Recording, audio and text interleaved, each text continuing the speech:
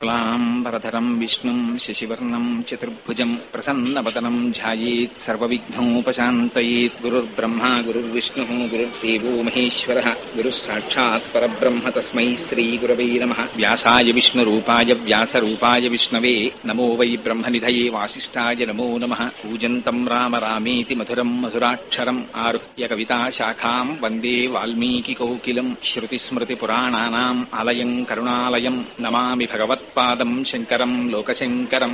శంకరం శంకరాచార్యం కేశవం బాదరాయణం సూత్రభాష్యకృతౌ వందే భగవంతౌ పునః పునః. వాగర్ధా ఇవ సంపృక్తౌ వాగర్ధ ప్రతిపత్తయే జగతః పితరౌ వందే పార్వతీ పరమేశ్వరౌ. సూక్తిం సమగ్రేతు న స్వయమేవ లక్ష్మీః శ్రీరంగరాజమహిషీమధురైఃకటాక్షైః. వైదగ్ధ్యవర్ణగుణకుంభనగౌరవైర్యాం కండూలకర్ణకుహరాः కవయోధయంతి. మేఘశ్యామం పీతకౌసేయవాసం శ్రీవత్సాంకం కౌస్తుభోద్భాసితాంగం పుణ్యోపేతం పుండరీకాయతాక్షం విష్ణుం వందే సర్వలోకైకనాథం. మనోజవం మరుతతుల్యవేగం జితేంద్రియం బుద్ధిమతాం వరిష్టం వాతాత్మజం వనరయూధముఖ్యం శ్రీరామదూతం శిరసా నమామి. ఆపదామపహర్తారం దాతారం సర్వసంపదాం లోకాభిరామం శ్రీరామం భూయో భూయో నమామ్యహం. శ్రీరామచంద్రం శ్రితపారిజాతం సీతాముఖాంబోరుహచించరీకః సమస్తకల్యాణగుణాభిరామः నిరంతరం మంగళమాతనోతు. సింధూరారుణ విగ్రహాం త్రినయనాం మాణిక్యమౌళిస్ఫురత్తారానాయకశేఖరాం స్మితముఖీం ఆపీనవక్షోరుహాం పాణిభ్యాం అళిపూర్ణరత్నచషకం రక్తోత్పలం బిభ్రతీం సౌమ్యాం రక్తకటస్థరక్తచరణాం ధ్యాయేత్ పరేదంబికాం. హరి ఓం. నిన్నటి రోజున గంగావతరణం గురించి 4 మాటలు విజ్ఞాపన చేశాను. ఇవాళ ఆ పరమశివునికి సంబంధించినటువంటి స్వరూపం చాలా చిత్రంగా ఉంటుంది. మిగిలినటువంటి స్వరూపములను మనం చూసినట్లయితే ఏదో కరచరణాదులతో కూడినటువంటి మూర్తులు చూడగానే ఇదిగో ఈ మూర్తి ఇది అని మనం గుర్తుపట్టడానికి వీలు కలిగినటువంటి స్వరూపంతో ఉంటుంది. కానీ పరమశివుడి దగ్గరికి వచ్చేసరికి ఆ మూర్తి చాలా ఆశ్చర్యకరం. ఆయనది అసలు ఒక స్వరూపం కాదు, చాలా చిత్రాతి చిత్రమైనటువంటి స్వరూపం. ఒక చోట కరచరణాదులతో కనపడతాడు, ఒక చోట అర్ధనారీశ్వర స్వరూపంగా కనపడతాడు, ఒక చోట నటరాజుగా కనపడతాడు, ఒక చోట దక్షిణామూర్తిగా కనపడతాడు. అసలు పరమశివుడు పట్టినన్ని ఆయుధములు బహుశಃ ఏ మూర్తి ఎప్పుడు ఎక్కడా పట్టుండడు. ఎన్ని ముద్రలున్నాయో అన్ని ముద్రలు పరమశివుడు పడతాడు. ఎన్ని ఆభరణాలు, ఎన్ని రకాలైనటువంటి ఆయుధాలు, ఒక్కొక్క స్వరూపంలో రకరకాలైన ఆయుధాలు పట్టుకుంటాడు. అన్నింటికన్నా చిత్రాతి చిత్రమైనటువంటి విషయం ఏమిటంటే ఆయన రూపం ఉన్నవాడా రూపము లేనివాడా చెప్పడం కూడా కష్టం. అరూప రూపి అన్నారు చంద్రశేఖర పరమాచార్యుల వారు. రూపం లేదు అందామంటే లింగస్వరూపం కనపడుతోంది, కంటికి ఒక రూపం కనపడుతోంది కదా, అందుచేత అది లింగస్వరూపం. ఆ లింగస్వరూపం అందామా అంటే అది మూర్తి అనడానికి దానికి కరచరణాదులు లేవు. కాళ్ళున్నాయా చేతులున్నాయా లేవు. మరి ఏమిటి లింగస్వరూపం ఏమిటి? పునః లింగస్వరూపం ఉన్నవాడే సాకారంగా కనపడితే పార్వతీ పరమేశ్వరులుగా తల్లిదండ్రులుగా కరచరణాదులతో కనపడతాడు. నాకు బ్రహ్మశ్రీ రామలింగం గారు ఒకసారి క్యాసెట్ ఇచ్చారు. ఆ క్యాసెట్ ఇంటికి వెళ్లి వేసుకున్నాను. వేసుకుంటే అందులో ఒక చిత్రమైన మాట ఉంది. శివ ఎక్కడైనా చూడరాని దాన్ని చూస్తే అబ్బో ఏమిటి ఇలాంటిది కళ్ళపడిందని శివ శివ అంటాం. అసలు నీ రూపం చూస్తే ఎన్ని మాటలు శివ శివ అనాలి, ఎవరిని పిలవాలి అని ఉంది ఆ పాటలో. ఎందుచేతంటే బాహ్య స్వరూపం చూస్తే నిజమే. పునుకల పేరు కంఠమున భూరిభుజంగము భూషణంబుగా నమయము భస్మధారణము ఎద్రి నివాసము మీరు విల్లుగా ననువుగ దంతి చర్మమును హస్తములందు కపాల శూలముల్ పడివడి దాల్తు శంకరు కృపావరు రూపమును ఆశ్రయించదన్నంటారు. ఆయన ఉండేది చూస్తే రుద్రభూమిలో, వేసుకునేది చూస్తే బ్రహ్మాండమైనటువంటి పుర్రెల మాల, పోని చేతిలో పట్టుకునేది చూస్తే బ్రహ్మకపాల, తాగేది చూస్తే హాలాహలం, ఒంటి మీద చూస్తే పావులు, కట్టుకునే చర్మం చూస్తే వస్త్రం చూస్తే రక్తం ఓడుతున్నటువంటి ఏనుగు తోలు, పైన కప్పుకున్నది చూస్తే పులితోలు. ఇన్ని అవలక్షణాలతో కనపడిన వాడిలా కనపడుతూ పోని ఇటువంటి మూర్తి ఏమిటో ఇంత మంగళకరంగా ఉంటాడండి స్వామి. ఆ శంకరుడి దగ్గరికి ఎవరెళ్ళైన పాదాలు పట్టుకోగలరు. బుస్సను పక్క పాములా, ఓ పక్క రక్తం ఓడుతున్న ఏనుగు చర్మమా, ఓ పక్కనేమో 3 కన్నులా, ఓ పక్క చంద్రవంక, పెద్ద జటాజూటమా? ఏమందం ఉందండి శంకరుడికి. అదే మా స్వామి శ్రీ మహావిష్ణువో. మేఘశ్యామం పీతకౌసేయ వాసం శ్రీవత్సాంకం కౌస్తుభోద్భాసితాంగం పుణ్యోపేతం పుండరీకాయతాక్షం విష్ణుం వందే సర్వలోకైకనాథం. అంత అందగాడు కదా. ఏమిటండి శివుడు ఎందుకు ఇలా ఉంటాడు అనుకుందామంటే చిత్రం ఏమిటో తెలుసా అండి? ఆ శంకరుడి అందం చూసి ముచ్చట పడిపోయి పూజ చేసిన వాడు మొట్టమొదట అసలు శ్రీ మహావిష్ణువు. ఎంత పూజ చేశాడంటే ఆయన సామాన్యమైన పూజ కాదు. కాళహస్తీశ్వర శతకంలో ధూర్జటి దెప్పి పొడిచాడు. వన్నీ ఏనుగుతోలు దుప్పటము బువ్వా కాలకూటంబు చేగిన్నే బ్రహ్మకపాలముగ్రమగు భోగే కంఠహారంబు నిన్నీలాగున నుండియుం తెలిసియుం నీపాద మూలంబునం చేర్చం నారాయణుడెట్లు మానసమునం శ్రీకాళహస్తీశ్వర. ఏమిటో స్వామి నువ్వు చూస్తే ఈ ఏనుగుతోలు కప్పుకుని ఈ బ్రహ్మకపాలం పట్టుకుని హాలాహలం తాగుతూ ఇలా ఉన్నట్టుంటావు. అంత అందగాడిగా కనపడే శ్రీ మహావిష్ణువు చూస్తే నీ పాదాల దగ్గర కూర్చుని ఇంత పూజ చేసి నీలో సగభాగాన్ని పొందాడు. పార్వతీదేవి కన్నా కూడా ముందు పరమశివుడిలో ఉన్నటువంటి సగభాగాన్ని పొందినటువంటి వాడు శ్రీమన్నారాయణుడు. అందుకనే హరిహరమూర్తి అని ఒక మూర్తి స్కాంద పురాణాంతర్గతంగా శివాష్టోత్తర శతనామావళిని పార్వతీదేవికి ఉపదేశించి అమ్మవారు అయ్యవారిలో అర్ధభాగాన్ని పొందడానికి కావలసినటువంటి నామములను ఉపదేశము చేసినటువంటి ఖ్యాతి శ్రీమన్నారాయణుడికి దక్కింది. మరి ఏమిటి, ఎందుకు శ్రీమన్నారాయణుడు అంత ఉపాసన చేసినట్లు? అది మంగళకరమైన స్వరూపమా అమంగళకరమైన స్వరూపమా? ఎందుకు అలా ఉంటాడు? అసలు నిజంగా ఒక స్వరూపం అలా ఉండడం సాధ్యమయ్యేటటువంటి విషయమా? ఎవడైనా శ్మశానంలో ఉంటాడా? శంకర భగవత్పాదులు అయితే శివానంద లహరిలో చాలా ఆశ్చర్యకరమైన శ్లోకం ఒకటి చెప్పారు. స్వామి మీ దగ్గరికి వస్తాం, ఒక నమస్కారం చేస్తాం, కానీ మాకు మాత్రం ఎప్పుడూ పొరపాటున కూడా మీ ఇంటికి వచ్చినప్పుడు ఒక కప్పు కాఫీ తాగమని అడక్కండి అన్నారు. ఎందుకని? పరమశివుడు ఇంటికి మనం వెళ్ళామనుకోండి, మన ఇంటికి వస్తే ఏం చేస్తాం? అయ్యో పెద్దలు వచ్చారని, ఏ దొరగారో వచ్చారనుకోండి మన ఇంటికి, దొరగారు ఒక కప్పు కాఫీ తాగండి అంటాం. వారు కాఫీ తాగరనుకోండి, అసలు ఒక కప్పు కాఫీ తాగండి అంటాం. అలా పరమశివుడి ఇంటికి వెడితే స్వామి కూడా ఏమో శంకరా వచ్చావా రా అని తను తాగుతున్నటువంటి హాలాహలం కొంచెం ఇస్తావేమో. అశనం గరళం, నువ్వు తాగేది చూస్తే గలవం, నాకెందుకు స్వామి వద్దు. అశనం గరళం, పోన్లేవయ్యా నా మెళ్ళో హారం ఒకటి తీసి నీ మెళ్ళో వేస్తానంటావేమో, అసలొద్దు. ఫణీకలాపో, మెళ్ళో చూస్తే పాములు వేసుకుని ఉంటావు. అశనంగరలం ఫణీకలాపో వసనం చర్మచ, పోన్లేవయ్యా నీకు బట్టలు జత పెడతానంటావేమో, ఓ ఏనుగు చర్మం ఓ పులి చర్మం ఇస్తావు నాకు, అసలొద్దు. వాహనం మహోక్ష, పోన్లేవయ్యా నీకో వాహనం ఇస్తానంటావేమో, ఎప్పటి నుంచి ఎక్కి తిరుగుతున్నావా ఎద్దు, అది అసలొద్దు నాకు. దానికి ఇప్పుడు స్పేర్స్ దొరుకుతాయో దొరకో కూడా అనుమానం, అందుకని అసలొద్దు. వాహనం మహోక్ష మమ దాస్యసి కిం కిమస్తి సింహో తవ పాజాంబుజ భక్తిమేవ దేహి, నాకేమీ వద్దు కానీ శంకరా నీ పాదముల యందు చెక్కు చెదరని భక్తిని ప్రసాదించు అని అడిగారు. ఏం నిజంగా శంకరుడంత కానివాడైతే ఆయన దగ్గర పుచ్చుకోవలసింది లేకపోతే, ఆయన అంత అమంగళ స్వరూపి అయితే శంకర భగవత్పాదులు పరమశివుని యొక్క పాదముల యందు భక్తి ఎందుకు అడిగారు? అది పరమశివుని యొక్క స్వరూపం అంటే. అది పైకి దొరికేది కాదు. పైకి చూస్తే ఒకలా ఉంటుంది, లోపల చూస్తే ఒకలా ఉంటుంది. అంత చిత్రమైనటువంటి శివస్వరూపం. ఆ శివస్వరూపంలో అన్నిటికన్నా చాలా గొప్ప విశేషం, ఎవ్వరికీ లేనటువంటి పేరు ఒక్క శంకరుడికి మాత్రమే ఉన్నది, మహాదేవుడు. ఆయనకి మాత్రమే మహాదేవుడని పేరు, ఒక్క శ్రీ మహావిష్ణువుకు మాత్రమే పురుషోత్తముడని పేరు. మహాదేవుడన్న పేరు పరమశివుడికి రావడానికి కారణాన్ని వేదం శృతిమాత చెప్పింది. ఇందుచేత తమీశ్వరాణం పరమం మహేశ్వరం తం దేవతానాం పరమంచ దైవతం అంది. స్వామి నువ్వు ఈశ్వరులకు ఈశ్వరుడు, నియామకులకు నియామకుడవు. ఇందుచేత ఈ సమస్త బ్రహ్మాండములనన్నింటినీ కూడా తుట్టతుదర తనలోనికి లయం చేసుకుంటాడు శంకరుడు. చేసుకున్నటువంటిది కేవలం సృష్టి స్థితి లయ అనుగ్రహ తిరోధానము అనుగ్రహము అనే ఇది చేస్తాడు. అందుకే అమ్మవారికి పంచకృత్య పరాయణ అని పేరు. తిరోధానం అంటే ఈ సమస్త బ్రహ్మాండములను తమలోకి లయం చేసుకున్న తరువాత వాటిని అలా కాపాడడాన్ని తిరోధానం అంటారు. తిరిగి వాటిని తనలోంచి బయటికి వెలువరిస్తాడు. ఆ ప్రక్రియకి అనుగ్రహం అని పేరు. ఇవన్నీ చేసేటటువంటిది పరమశివుడు మాత్రమే చేస్తాడు. అందుకే ఆయనే సృష్టికర్త, ఆయనే స్థితికర్త, ఆయనే లయకర్త. పైకి కనపడడానికి ఆయన లయకారకుడిగా చెప్పబడతాడు, కానీ సమస్తము ఆయనలోంచి వస్తుంది, ఆయనలోకి వెళ్ళిపోతుంది, ఆయన చేత నిలబెట్టబడుతుంది. ఆయనే బ్రహ్మ, ఆయనే విష్ణువు, ఆయనే సదాశివుడు. అందుకే పోతన గారు అంటారు, మూడు మూర్తులకును మూడు కాలములకు మూడు లోకములకు మూలమొగచు భేదమగుచు తుది కభేదమయ్యొప్పారు బ్రహ్మమనగ నీవే పాలనయన. స్వామి నీకు మూడో కన్నుంది, ఎవ్వరికీ లేదు. ఈ మాట పోతన గారు ఎంత జాగ్రత్తగా వాడారో చూడండి. ఇతరమైనటువంటి ఏ దేవతలు కూడా మూడవ కన్ను ఉండదు, ఒక్క శంకరుడికి మాత్రమే మూడో కన్ను ఉంటుంది.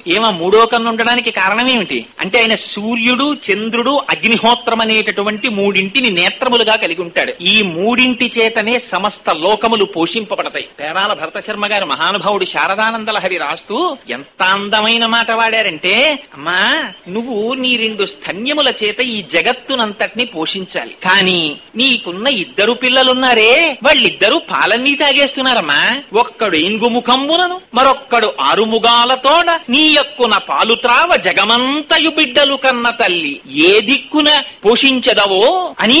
అమ్మా ఆ ఏనుగు ముఖంతో ఒకడు విఘ్నేశ్వరుడు, 6 ముఖాలతో ఒకడు సుబ్రహ్మణ్యుడు, ఇద్దరు చిరోస్తన్యం మటుకు తాగేస్తున్నారు. ఇంకా మమ్మల్ని అందరినీ నువ్వే సామాన్యమైన తల్లివా నువ్వు? అమ్మల గన్నయమ్మ, ముగురమ్మల మూలపుటమ్మ, చాలా పెద్దమ్మ, సురారులమ్మ, కడుపారడి బుచ్చినయమ్మ, తన్ను లోనమ్మిన వేల్పుటమ్మల మనంబున ఉండెడి అమ్మ దుర్గ మాయమ్మ. అయ్యమ్మ నువ్వు ఎప్పుడు పోషిస్తావమ్మా ఈ లోకాలన్నింటినీ అంటే అమ్మవారందిట, ఒక్కడు ఏనుగు ముఖంబునను, మరొక్కడు 6 ముగాలతోడ తన జక్కున పాలు త్రావ జగమంతయు బిడ్డలు కన్న తల్లి నీడెక్కడ నుండి చేపెదకో ఇనబింబము చంద్రబింబము తక్కక నీ యురంబునను తల్పకయున్న అహర్నిశల్సతి అంటారు. సూర్యబింబాన్ని చంద్రబింబాన్ని 2 స్తన్యములుగా చేసుకుంది అమ్మవారు. ఆ సూర్యచంద్రుల చేత ఈ సమస్త లోకములను పోషిస్తోందిట తల్లి. పరమశివుడు కూడా శివ శివ, వాళ్ళిద్దరికీ భేదం ఉండదు. రుద్ర రుద్రాణి, శంభు శాంభవి, వాళ్ళిద్దరి పేర్లు కూడా అంతగా కలిసిపోయి ఉంటాయి.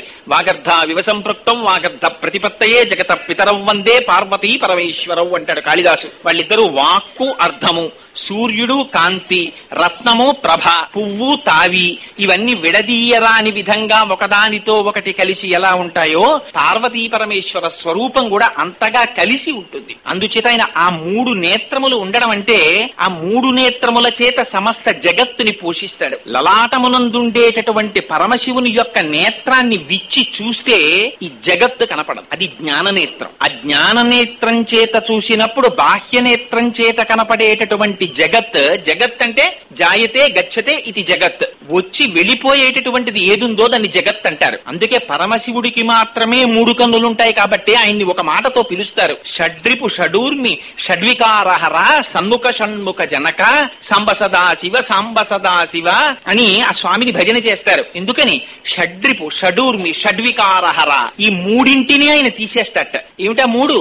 షడ్రిపులు, 6 శత్రువులను తీయగలిగిన వాడు శంకరుడు. కామ క్రోధ లోభ మద మోహ మాత్సర్యములు, వీటిని మనం తీసేద్దామంటే తీసేయడం కుదరదు. ఇవి నోటితో చెప్పినంత తేలిక కాదు. వ్యాస భగవానుడు దేవీ భాగవతంలో అంటాడు, ఇంద్రియాణి బలిష్టాని నని యుక్తాని మానద వికారాం స్థానని అపక్వస్య ప్రకుర్వంతి వికారాం స్థాననేకశః. హోయ్ పిచ్చాడా, ఏమిటో నన్ను నేను నిగ్రహించుకుంటాననుకుంటున్నావు, నీ ఇంద్రియాల్ని నిగ్రహించుకోవడం అంత తేలిక అనుకుంటున్నావేమో. ప్రపంచమంతా బయట తిరుగుతావు కానీ ఇక్కడే ఉన్నటువంటి ఇంద్రియములను నువ్వు నిగ్రహించుకోలేవు. కన్ను చూడకూడని దానిని చూడకుండా కంటిని నిగ్రహించలేవు, వినకూడని దానిని వినకుండా చెవిని నిగ్రహించలేవు, స్పర్శించకూడని దాన్ని ముట్టుకోకుండా చర్మాన్ని నిగ్రహించలేవు, రుచి చూడకూడని దానిని రుచి చూడకుండా నాలుకని నిగ్రహించలేవు. ఇంద్రియాలకన్నింటికి బానిసవై నువ్వు బ్రతుకుతున్నావు. సంకల్ప వికల్ప సంఘాతమైనటువంటి మనస్సు గుర్రముల మాదిరి నిన్ను ఈడ్చుకుపోతోంది. ఆ ఇంద్రియముల చేత వశుడవై నువ్వు తిరుగుతున్నావు. అటువంటి ఇంద్రియముల యొక్క ప్రకోపమైన షడ్రిపులను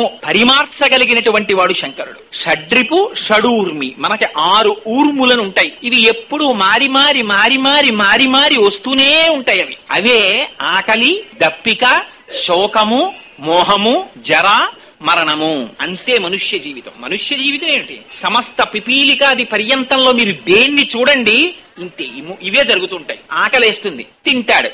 తినడం కూడా మళ్ళీ విచిత్రం. కడుపు ఆహారము చేత కడుపును నింపమని మాత్రమే అడుగుతుంది. అడగడం కూడా లోపల నుంచి శంకరుడు అడుగుతాడు. ప్రాణ అపాన వ్యాన బుధాన సమాన నాగ కూర్మ కృకర ధనంజయ దేవదత్తములని 10 వాయువుల రూపంలో స్వామి లోపల పనిచేస్తూ ఉంటాడు. అందులో ఆ ఆకలి వేసినప్పుడు కృకరం అనేటటువంటి వాయువు పనిచేస్తుంది. ఇక్కడ మంట వచ్చినట్టయి ఏదో లోపల పడైవోయ్ అంటుంది. లోపల పడైవోయ్ అని అడిగినటువంటి కడుపు ఎన్నడూ రుచిని కోరదు. మీరు జాగ్రత్తగా గుర్తుపెట్టుకోవాలి. ఉప్పు లేని పప్పుతో తిన్నా కడుపు ఒల్లనని అనదు. ఇలా ఉండు అని అడిగేదేది? వంకాయలు తెచ్చాను ఉల్లికారమే పెట్టు అని అడిగేదేది? కొత్తిమీరితో ఉండకని. నాలుగు అడుగుతుంది. రసేంద్రియానికి కడుపుకి బద్ధ విరోధం. ఇది ఇంకాతే ఇంకాతే ఇంకాతే అంటుంది. ఇది దాటిపోయిన తరువాత ఇక్కడికి వెళ్ళినదంతా ఇక అమాశయ పాకమే. పప్పు, కూర, పచ్చడి, పులుసు, స్వీటు, హాటు, లాలాజనం అన్ని కలిసిపోయి ఇక్కడికి ఎడితే అహం వైశ్వానరో భూత్వా ప్రాణినాం దేహమాశ్రిత. మహానుభావుడు అగ్నిహోత్రమై ఆయన పచనం చేస్తున్నాడు. ఎవరు పుచ్చుకుంటారండి? మనం తిన్నది ఒక్కసారి బయటికి వస్తే మళ్ళీ మనం తినం, కానీ లోపల ఉండి పరమాత్మ దాన్ని పచనం చేసి తెల్లవారేటప్పటికి శక్తిగా మార్చి రక్తంగా మారుస్తున్నారు. ఇన్నింటిని తయారు చేయగలరు, కానీ రక్తాన్ని తయారు చేయగలిగిన ఫ్యాక్టరీని చూపించండి. అది ఒక్క పరమేశ్వర సృష్టి. రక్తం వేరొక చోట తయారు కాదు, శరీరంలో పరమేశ్వరుడే తయారు చేయాలంతే. ఆయన శాసనం అయ్యేంత వరకు మాత్రమే ఊపిరి. ఆయన శాసనం అయిపోయిందా వేరొక్క ఊపిరి తీయడం కుదరదు. అదిగో అటువంటి వాడై లోపల ఉండి నియంత్రిస్తుంటాడు మహానుభావుడు. అందుచేత సమస్త లోకములను పోషించేటటువంటి స్వభావం ఉన్నవాడు. చేత ఆకలి, దాహము, శోకము మనకేమిటి? ఆకలి వేస్తుంది, తింటాం, అరిగిపోతుంది, మళ్ళీ ఆకలి, మళ్ళీ తింటాం, అరిగిపోతుంది, మళ్ళీ తింటాం. అందుకే శరీరాన్ని అన్నవికారము అన్నారు. తిన్నాడు తిన్నాడు తిన్నాడు, తిన్నదంతా మారింది శరీరంగా. అన్నం అంటే తన చేత తినబడునది, తనని తినునది. ఆఖరణ అది మన తినేస్తుంది. ఇది తినకని డాక్టర్ అంటాడు, సింహచాపల్యానికి అదే తింటాడు, అది విని తినేస్తుంది ఆఖరికి. అందుచేత రెండర్థాలు అన్నానికి. అందుచేత ఆకలి, దాహము, శోకము, మోహము ఎప్పుడూ ఏడుపి. ఎందుకు ఏడుపు అంటే కోరిక. ఆ కోరికలు ఎవ్వడూ తీర్చుకోలేడు. పులినోట చేయి పెట్టి పొడు వంగవచ్చు, పలుమార్లు వచ్చెడి కోర్కెలీడేర్చరాదు, కొంకి ముళ్లను పరుచుకుని పొండవచ్చు, రంకు బుద్ధులు మాన రాదెట్లనైనా, ఇనుప స్తంభము కాల్చి ఎదమోపవచ్చు, తన వారిపై ప్రీతి తగ్గింపరాదు. ఎన్ని పనులైనా చెయ్యొచ్చు, ఎత్తి మొయ్యగవచ్చు ఏ నుంగునైనా, బంగారుపై ఆశ బాయంగరాదు. ఇవన్నీ ఎవడు తీర్చుకో ఎవ్వడికి తీరే కోరికలు కావు. ఈ కోరికల చేత ఎప్పుడు కోరిక తీరకపోతే శోకం, మోహం, అక్కర్లేని విషయాలన్నింటి వెనకాతలా తిరగడం. ఈ లోపల ప్రత్యాయాంతికతాహ పునర్న దివసాహ కాలో జగద్దక్ష లక్ష్మీస్తోజ తరంగ భంగ చపలా విద్యుచ్చలం జీవితం తస్మాన్ మాం శరణాగతిం కరుణయా తం రక్ష రక్షాధునా అంటారు శంకర భగవత్పాదులు. కాలం సూర్యోదయ సూర్యాస్తమయాల్లో నడిచేస్తుంది. ఈ శరీరానికి జర్జరీభూతం అయిపోతుంది. ఇది వృద్ధాప్యం వచ్చేస్తుంది. కదలమంటే కాలు కదలదు, చెయ్యి కదుపుదామంటే చెయ్యి కదపదు, చూద్దామంటే కన్ను చూడదు, వాసన చూద్దామంటే ముక్కు చూడదు, పూజ చేద్దామంటే చేతులు సహకరించవు. ఎప్పుడో రిటైర్ అయిపోయిన తర్వాత అప్పుడు పూజలు, పునస్కారాలు, పురాణాలు. కానీ ఎందుకండి ఇప్పటి నుంచి దూర్జటేడిచాడు. దంతంబుల్ పడనప్పుడే, తనువుయం దారూఢియున్నప్పుడే, కాంతా సంఘము రోయనప్పుడే, జరాక్రాంతంబు కానప్పుడే, వింతల్ మేన చెరించునప్పుడే, కురుల్ వెల్వెల్ల కానప్పుడే, చింతింపన్వలమీ పదాంబుజములన్ శ్రీకాళహస్తీశ్వర. ఓపికన్నప్పుడు అర్చన చేయాలి, కానీ ఓపిక అయిపోయిన తర్వాత నువ్వు చేసే అర్చనే ఉంటుంది ఇంకా. అందుకని అదిగో ఆ షడ్రిపు, షడూర్మి, షడ్వికారహర 6 వికారములుంటాయి. ఈ సమస్త జగత్ అంతేనండి. మీరు జ్ఞాన దృష్టితో చూస్తే సమస్త జగత్తుకుండేదంతే. ఇంతకు ముందు ఎప్పుడూ లేదు, ఇప్పుడు వచ్చింది కొత్తగా. ఇప్పుడు 1959కు ముందు కోటేశ్వరరావు అనబడేటటువంటి ఒక ఉపాధి లేదు, వచ్చింది ఇది కొత్తగా. పుట్టుకొచ్చిన ఉపాధి ఉండిపోతుందా? ఆ పుట్టినది ఉన్నది అసలు ఉండాలి కదా. ఏడవాలి శిశువు, ఎడిస్తే ఉన్నాడు వీడు. పుట్టినది, ఉన్నది, పెరిగినది, మార్పు చెందినది, తరిగినది, నశించిపోయినది. సమస్త జగత్ అంటే ఈ 6 వికారాలతోనే వెళ్ళిపోతుంటుంది. ఇంతకు ముందు లేదు. కొబ్బరి చెట్టు పుట్టింది, పెరిగింది, వికారం చెందింది, పడిపోయింది, నశించిపోయింది. జగత్తంతా వస్తుంటుంది, వెళ్ళిపోతుంటుంది, వస్తుంటుంది, వెళ్ళిపోతుంటుంది. వెనక ఉండేటటువంటి తెర శాశ్వతం, సినిమా అశాశ్వతం. అది వస్తుంది, వెళ్ళిపోతుంది బొమ్మ. అలా జగత్తు కూడా వస్తూ ఉంటుంది, వెళ్ళిపోతూ ఉంటుంది. కానీ ఎవడి మానాన వాడు మాత్రం పెద్ద ధైర్యం. ఏమిటో వాళ్ళు వెళ్ళిపోయారు కానీ నాయకులు, నేను వెళ్ళిపోతానా, నేను ఉండిపోతాననుకుంటూ ఉంటాడు. ఎంత చిత్రంగా చెప్తారంటే, పక్కింట్లో దొంగలు పడ్డారండి అంటే 6 నెలలు ఇంటి తాళాలు వేసుకోకుండా పడుకోడు. పక్కింట్లో ఎవరో చచ్చిపోయారండి అంటే మాత్రం అయ్యో మన ఇంట్లో కూడా నేను వెళ్ళిపోతాను కదా, ఏదో ఒకనాడు ఉండిపోతానా, అందుకని జాగ్రత్తగా పెట్టే సర్దుకుందాం ఇప్పటి నుంచి అని చెప్పి సర్దుకునేవాడు కనపట్టలేదురా అని శంకర భగవత్పాదులు భజగోవిందంలో వాత పెట్టి మాట్లాడారు. నలినీదలగత జలమతి తరలం తత్వజీవితమతిశయ చపలం విద్యుర్యాద్యభిమానగ్రస్తం లోకం శోకచ హంత సమస్తం అన్నారు. తామరాకు మీద నీటి బొట్టు లాంటి జీవితంలో ఎన్ని సంబంధాలు రా వీడికి. కొడుకులు, కోడళ్ళు, కూతుళ్ళు, అల్లుళ్ళు. ఒక్కసారి ఊపిరి వెళ్ళిపోయిందో ఆ కట్టె బిడ్డను అక్కడ పడుకోబెడితే ఇన్ని శరీరాలు వస్తాయి అక్కడికి. కొడుకులు వస్తారు, కోడళ్ళు వస్తారు, అల్లుళ్ళు వస్తారు, ఇంతమంది వస్తారు.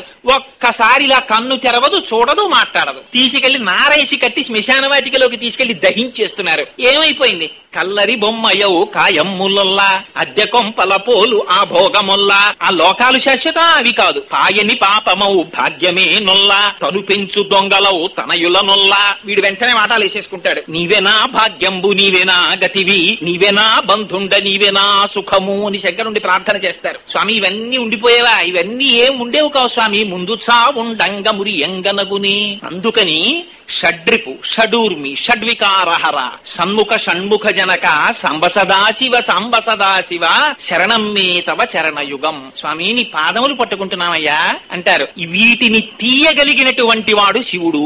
అందుకే పరమశివుడు ఇతరమైనటువంటి రాక్షస సంహారం చేయడు. శివుడు చేసేటటువంటి ప్రధానమైనటువంటి విజయాలు రెండు. ఒకటి, కాముణ్ణి దహిస్తాడు. యమధర్మరాజు యొక్క వక్షస్థలమున తంతాడైన. సంసార సర్పదష్టానాం జంతునాం అవివేకినాం చంద్రశేఖర పాదాబ్జ స్మరణం పరమం పరమౌషధం అని మార్కండేయుడు స్తోత్రం చేస్తాడు. ఎక్కడెక్కడ ఆ సాంబ సదాశివుని యొక్క అనుగ్రహం కలుగుతుందో అక్కడక్కడ కాముడు పని చెయ్యడు. ఎక్కడెక్కడ కాముడు పని చెయ్యడో మన్మధుని యొక్క బాణములు పడలేదంటే గుర్తు పుట్టుక లేదు. యమధర్మరాజు యొక్క పాశము పడలేదంటే గుర్తు మరణము లేదు. పరమశివుని యొక్క పాదములు పట్టుకుంటే మళ్లీ తల్లిదండ్రుల మీద మన్మథ బాణములు పడి తాను పుట్టవలసిన అవసరం ఉండదు. మళ్లీ వేరొక్కసారి ఆ యమధర్మరాజు యొక్క పాశములు మెడలో వేసి లాగవలసిన అవసరము ఉండదు. పునరపి జననం పునరపి మరణం పునరపి జననీ జఠరే చయనం ఇహ సంసారే బహుదుస్తారే కృపయాపారే పహిమురారే అంటారు భజగోవిందంలో. ఇంతమంది ఎందరై రోతండ్రులెందరో తండ్రులెందరో తన వారులెందరో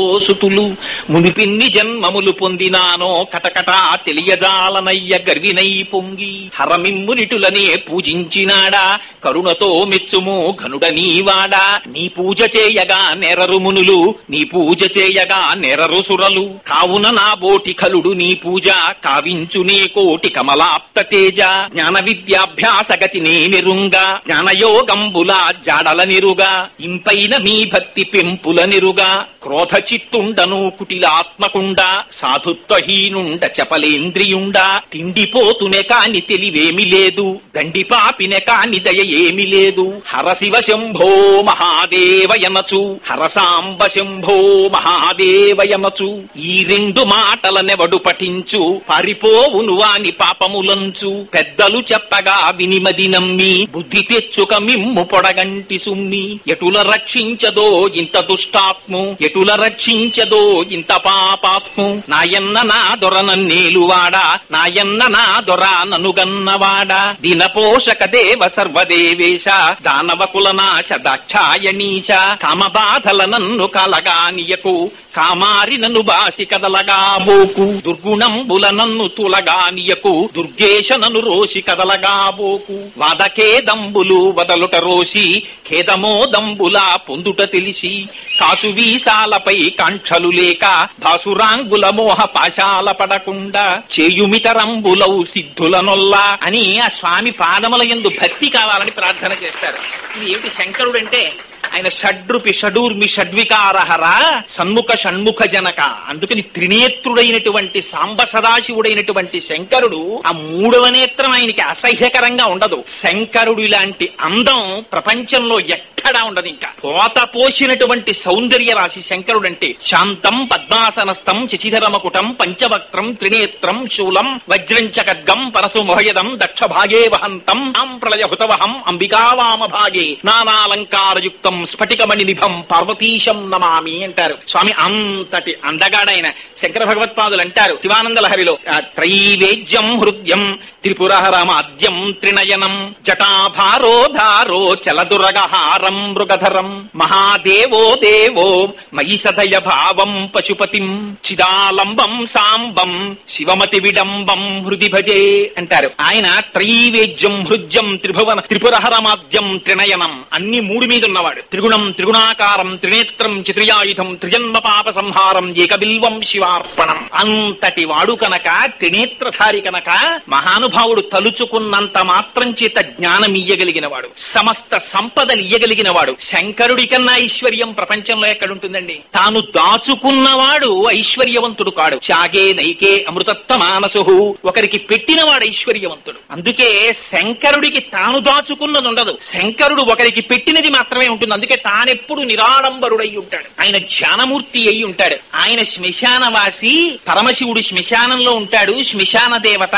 అందుకని ఆరాధనీయుడు కాదని అమాయకులైనటువంటి వాళ్ళు అంటూ ఉంటారు. శంకరుడు శ్మశానవాసి అయితే శ్మశానము కాని ప్రదేశాన్ని నాకు ఒకటి చూపించండి. ఇప్పుడు నేను మాట్లాడుతుంటే ఈ మైక్ లోంచి వచ్చేటటువంటి ధ్వని చేత అనేక సూక్ష్మజీవులు చచ్చిపోతున్నాయి. నేను ఇప్పుడు ఇక్కడ నడిచి వేదిక మీద కూర్చున్నప్పుడు కొన్ని సూక్ష్మజీవులు చచ్చిపోయాయి. మీరు కూర్చుంటే మరణించాయి, గాలి వీస్తే మరణించాయి, మీరు తింటే మరణించాయి, మీ లోపల పచనం అవుతుంటే మరణిస్తున్నాయి. ప్రతి చోట శంకరుడు తాండవిస్తూనే ఉన్నాడు. అందుకే శంకరుడు నటరాజమూర్తి అయి ఉంటాడు. ఆయన లేని చోటు ఉండదు. ఆయన సర్వవ్యాపి, అనంతుడై ఉంటాడు. అందుకే ఆయనకి ఇంకొక పేరు లేదు, శివ అని పిలిచారు ఆయన్ని. శివ అంటే సర్వమంగళ స్వరూపమైనటువంటి వాడు. శివ అంటే శం ప్లస్ ఈ ప్లస్ వా, శివ. శం అంటే నిరతిశయమైనటువంటి సుఖమును ఆనందమును ఇయ్యగలిగినటువంటి వాడు. ఈ సాధకుడైన పురుషుడు. వా అమృత శక్తి.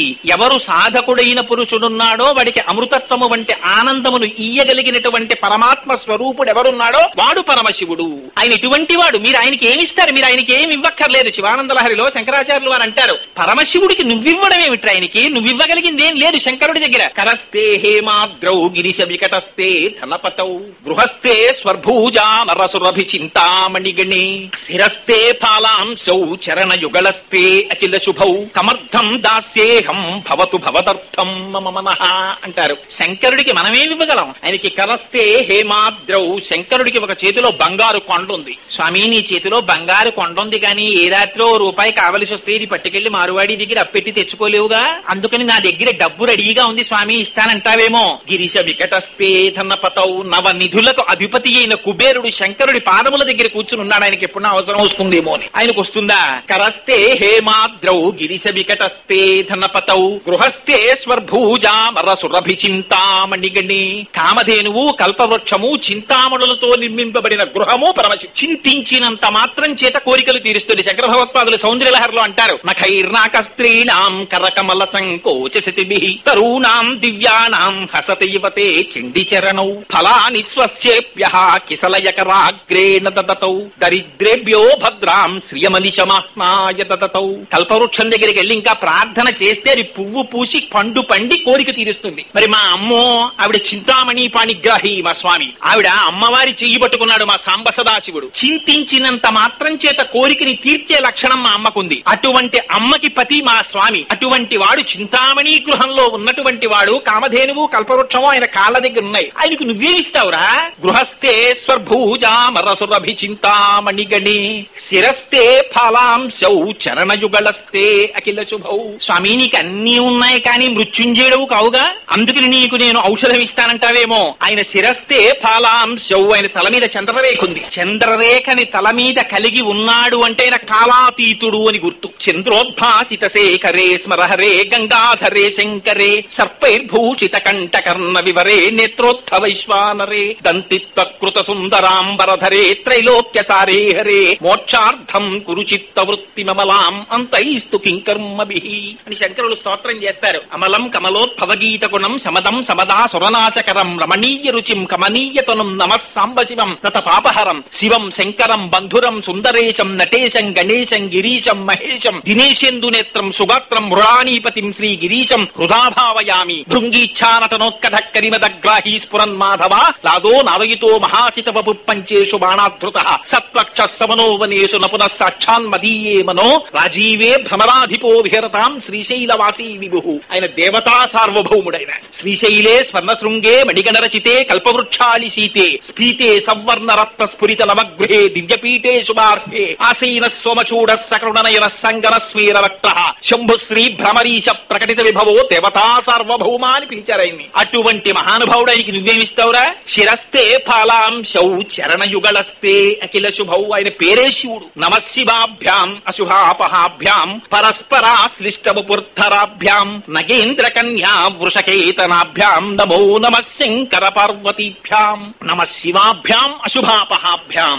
రావలసినటువంటి అశుభం ఏదైనా ఉంటే ఆ రోజున తనకి తెలియకుండా అనుకోకుండా పరమశివునికి సంబంధించినటువంటి ఒక కార్యం మీద బయలుదేరుతాడు. అరే రే వీడు శివ కార్యం మీద వెడుతున్నాడు రా, వీడికి ఇవాళ భయంకరమైన ప్రమాదం జరగాలి. పరమశివుట్ట దాన్ని జరగకుండా చెయ్యడం సాధ్యం కాదు, ఎందుకంటే కర్మఫల ప్రదాత కర్మ ఇవ్వాలి. కానీ భూమి మీద పడి కాళ్ళు చేతులు విరిగిపోయి హాస్పిటల్లో ఉండవలసిన వాణ్ణి కేవలం స్కూటర్ మించి కింద పడి దెబ్బలు తగిలి హాయిగా మనవడితో ఆడుకునేటట్టుగా చేసేస్తాట. యాక్సిడెంట్ జరగలేదా? జరిగింది. పడలేదా? పడ్డాడు. దెబ్బలు తగలేదా? తగిలేయి. కానీ సంతోషంగా ఉన్నాడు. నమశివాభ్యాం అశుభాపహాభ్యాం. అశుభాన్ని తీసి శుభాన్ని ఇచ్చేస్తాట పరమాత్మ. ఆయన శాసనాన్ని ఎవరు ధిక్కరించగలరు గనక అంతటి వాడు శంకరుడంటే. అందుకని చరణయుగళస్తే అఖిల శుభౌ, శంకరుడి పాదాల దగ్గర ఉంటాయట శుభాలన్నీ. అందుకే ఆయనకి శంకర అన్నారు. శంకరోతీతి శంకర, శుభములను చేసేవాడు శంకరుడు. ఒక ఇంట్లో ఉపనయనం జరగాలన్నా, ఒక ఇంట్లో వివాహం జరగాలన్నా, ఒక ఇంట్లో షష్ఠి పూర్తి జరగాలన్నా, ఒక ఇంట్లో దీర్ఘాయుర్దాయంతో ఉండాలన్నా పరమశివుని పాదపు వేలు ఇలా కదిలితే వచ్చి మంగళతోరణమై ఇంటికి పట్టుకుంటుంది. చరణయుగళస్తే అఖిల శుభౌ కమర్థం దాస్యేహం భవతు భవదర్థం మమ మనః. స్వామి నేను నీకేమి ఇవ్వగలను? నేనేమీ ఇవ్వలేను. నా మనస్సుందే దాన్ని తీసేసి నీ పాదాల దగ్గర పెట్టేస్తున్నాను. ఎన్ని రకాలుగా వేడుకున్నారో శంకరాచార్యులు వారు. స్వామి ఎలాగైనా నా మనస్సులోకి నువ్వు ప్రవేశించవయ్యా అని అడగడానికి మహానుభావుడు మనకి దారి నేర్పడం కోసం శంకరులకి భక్తి లేకనా, శంకరులకి జ్ఞానం లేకనా, మహానుభావుడు మన నిత్యం ఏ శ్లోకములను చెప్పుకుని తరించిపోవాలో వాటిని మన కోసమని అందించినటువంటి మహాపురుషులు శంకర భగవత్పాదులు. అందుకే శంకర భగవత్పాదుల యొక్క చిత్రపటం లేని ఇల్లు ఉండకూడదు ఆంధ్రదేశంలో. ఆంధ్రదేశం ఏమిటి, ఎక్కడైనా సరే శంకర భగవత్పాదుల యొక్క చిత్తరువు ఉండి తీరాలి. మహానుభావుడు సనాతన ధర్మాన్ని నిలబెట్టిన వారు శంకర భగవత్పాదులు. శృతి స్మృతి పురాణానాం ఆలయం కరుణాలయం నమామి భగవత్పాదం శంకరం లోకశంకరం. ఏ మహానుభావుని యొక్క పాదములకు నమస్కరించినంత మాత్రం చేత శృతి స్మృతి పురాణములు ఏ రకమైనటువంటి ఇతర అర్థములు గోచరించకుండా సక్రమంగా భాషిస్తాయో అటువంటి శక్తిని ఇయ్యగలిగినటువంటి జగదాచార్యుడు శంకరుడు. అందుకని అదిగో అంతటి శక్తి కలిగిన వాడవయ్యా అని చెప్పడానికి త్రినేత్రుడు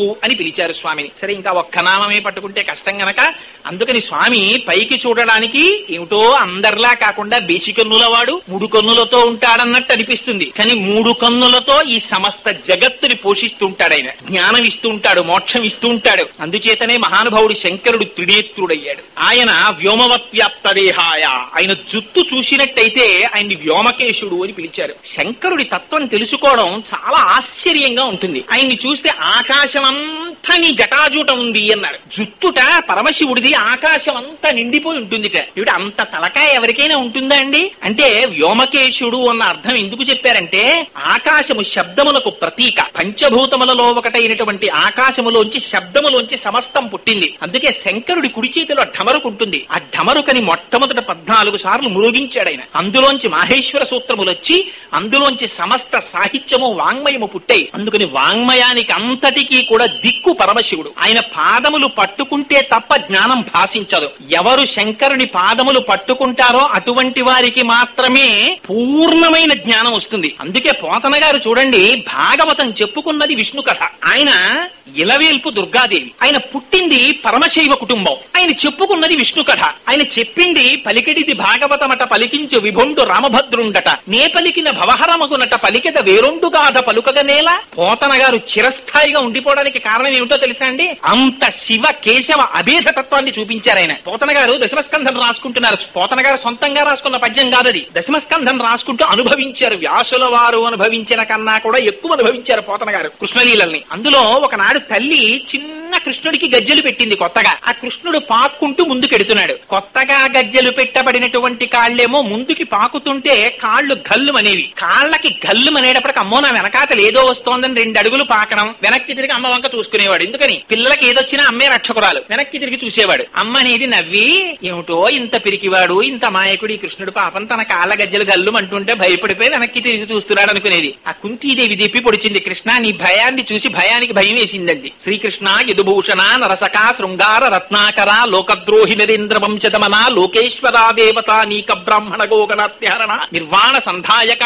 నీకున్ మృక్యద త్రుంపవే భవలతల్లిచ్చాను కంపానిధి అని స్తోత్రం చేసింది ఆయన్ని. ఆ కృష్ణ పరమాత్మ ముందుకి వెడుతుంటే గజ్జలు ఘల్ ఘల్ ఘల్ అన్నాయి. అనేసరికి కొంచెం ముందుకెళ్లి అమ్మోన వెనకాతలు ఏదో వచ్చేస్తోందని మళ్ళీ వెనక్కి తిరిగాడు. అమ్మ పకపకా నవ్వుతోంది. అమ్మోన వెనకాతలు ఏదో వచ్చేస్తోందని గబగబ గబగబ పాక్కుంటూ అమ్మ దగ్గరికి వచ్చేస్తున్నాడు. గబగబా పాకడంలో కాలి గజ్జలు కూడా గల్లు గల్లు గల్లు గల్లు గల్లు గల్లు అన్నాయి. గబగబా పాక్కుంటూ వచ్చి అమ్మ ఒళ్ళో గభాలన పడిపోయాడు. పడిపోతే ఆ పిచ్చి తల్లి యశోద, అందుకే అమ్మ అంతలా పిచ్చితనంతో పెంచింది కాబట్టే ఇవాళ వెంకటాచలంలో ఒకడు మాత అయ్యింది తల్లి. యశోదమ్మ పొంగిపోయి, అయ్యో కృష్ణ నీ కాళ్ళ గజ్జలు కట్టాను నాన్న అని ఆ కాలు తీసి చేతిలో పెట్టుకుని ఇలా ఇలా మోగించి చూపించింది. కృష్ణ చూసావా గజ్జలు రా, భయం లేదని. ఏం పాదాలంటే ఆ పాదాలు, అవి దర్శనం చేద్దామంటే దొరకనటువంటి పాదాలు. ఆ చేతులేం మామూలు చేతులా స్వామివి. ఆదిన్ శ్రీసతి కొప్పుపై తనువుపై సంసోత్తరీయంబుపై పాదాబ్జంబులపై కపోలతటిపై పాలిండ్లపై నూత్న మర్యాదంచెందుకరంబు క్రిందకుట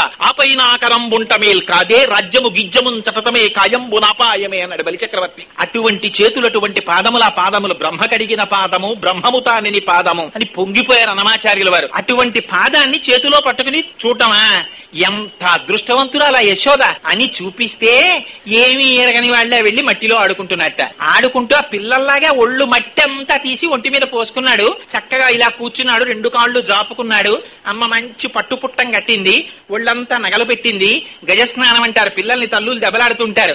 ఒరే నీది ఏనుగు స్నానం రా, ఇలా స్నానం చేయించి వదిలేనో లేదో మళ్ళీ మట్టి పోసేసుకున్నావు రా అని బాధపడుతుంటారు పాపం. ఆ మట్టి గుప్పిళ్లతో తీసి చక్కగా ఇలా పోసేసుకుంటున్నాడు. పోసేసుకుంటుంటే పోతన గారికి ఎటువంటి దర్శనమైందో తెలుసా అండి? మట్టి పోసుకుంటున్న కృష్ణుడు కనపడలేదు పోతన గారికి. తనువునంటి నధరణీ పరాగంబు పూసిన నిరిభూతి పూతగాగా ముందర వెలుగొందు ముక్తాలలామంబు తొగల సంగటిగా నితునకగాగా ఫలభాగంబుపై పరగునా విరిబొట్టు కాముని కాల్చిన కన్నుగాగా అని కంఠమాలికలో నిఘన నీల రత్నంబు కమనీయమగుమెడ కప్పుగాగా హరవల్లులు రగ హరవల్లులు కాగ బాలలీల ప్రౌఢ బాలకుండు శివుని పగిది నొప్పె శివునకును తనకును వేరులేమి తెలియదలయునట్లు. ఈ శివకేశవ అభేదం అంటే ఒంటి మీద పోసుకున్నటువంటి ఆ మట్టిట విభూతి రాసుకున్న శంకరుడిలా కనపడ్డట. తనువునంటి నధరణీ పరాగంబు పూసిన నిరిభూతి పూతగాగా ముందర వెలుగొందు ముక్తాలలామంబు తొగల సంగటిగా నితునకగాగా. అమ్మ చక్క కొప్పొకటి వేసి దానికి బుచ్చాలహారం కట్టింది. అది చూస్తుంటేట